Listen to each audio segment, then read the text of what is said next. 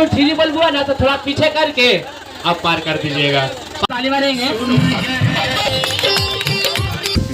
So hey guys, welcome back to my new blog. तो कैसे हो मेरे प्यारे फैमिली। तो आप लोग को एक वीडियो दिखाते हैं जो हमारे गांव में एक हफ्ता से एक सर्कस वाला आया है बंदा, जो इतना खतरनाक मतलब किया, मतलब ट्रैक्टर पार किया इस बंदे के ऊपर है। तो आप लोग बने रहो इस ब्लॉग। तो चलो देखो वो वीडियो। तो आप लोग देख सकते हो ट्रैक्टर भी रेडी हो चुका है और एक भाई को शरीर के ऊपर पार होगा, यही ट्रैक्टर है और इस पे बैठने के लिए पैसा लग रहा था।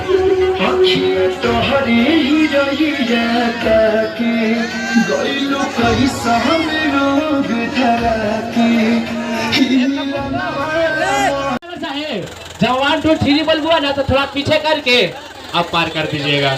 पार करते समय भी कोई मोह ममता ना। तो फाइनली देख सकते हो पूरी तरह से रेडी हो चुका है, ट्रैक्टर स्टार्ट भी हो चुका है। अब इस भाई को ऊपर पार होगा।